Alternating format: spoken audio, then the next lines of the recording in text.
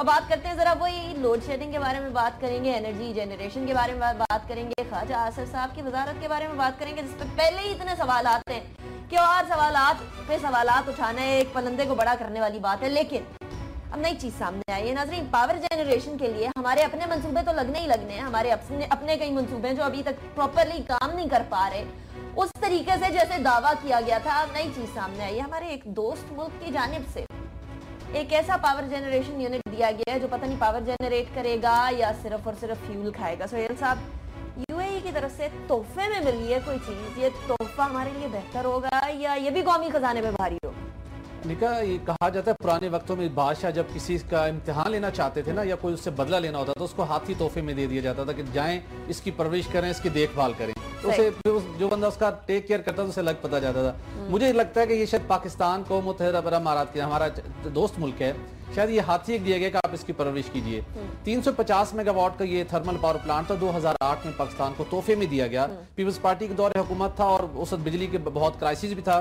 तो राजा परवेज साहब हमें बड़ी कहानी सुनाया करते थे कि देखिए जी ये फैसलाबाद में हम इसको लगाएंगे, सरकारी पावर प्लांट नादन पावर जनरेशन कंपनी के उसके एरिया में, और यहाँ फैसलाबाद और इस सलकर के अंदर जो उसका बिजली की लोड शेडिंग का दुरानी है वो कम हो जाएगा और वोल्टेज भी बेहतर हो जाएंगे।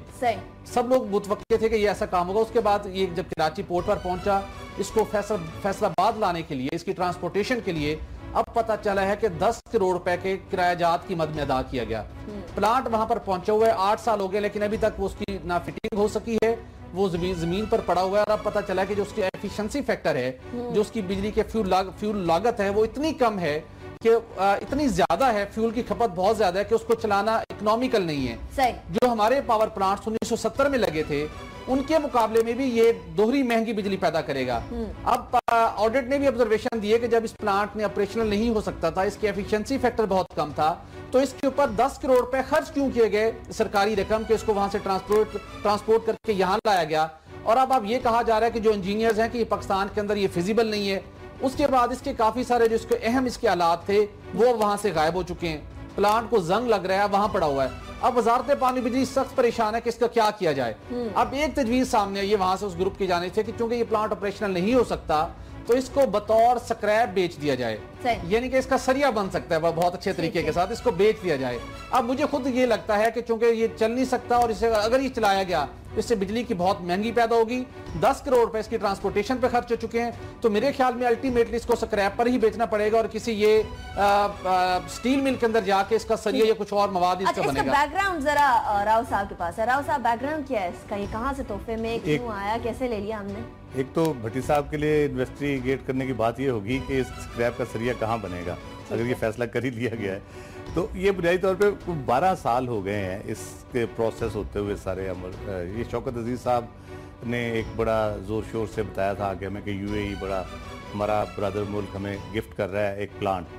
तो वो फिर 2008 में, जैसे भट्टी साहब ने बताया कि 2008 में फिर ये आया, तो राजा परवेज साहब उस वक्त थे मिनिस्टर वाटर एंड पावर, तो उन्होंने कोशिश की इसको कुछ चलाने वालाने की, तो वो फिर कुछ उसका उस वक्त भी कोई नहीं चल सका काम।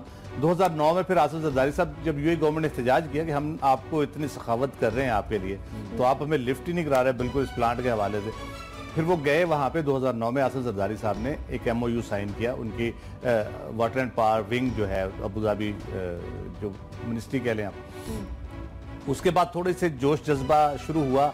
फिर ये तय होना बाकी था कि ये कहाँ लगाया जाए।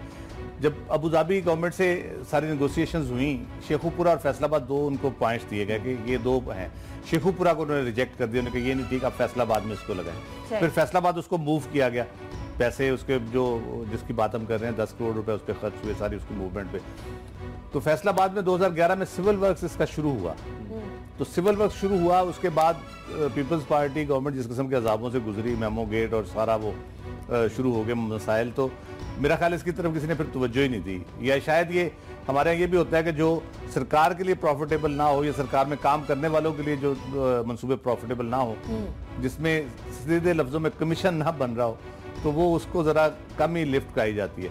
तीसरी इंपॉर्टेंट रीजन जो भट्टी साहब ने पॉइंट आउट किया जी, इसकी जो ऑपरेशनल कास्ट है, जो आपका इसको अगर चला भी लें तो इसकी ऑपरेशनल कास्ट इतनी ज्यादा है। ये पुराना प्लांट है बेसिकली, वो जब फारिग कर चुके थे उन्होंने हमारे हैंड ओवर किया।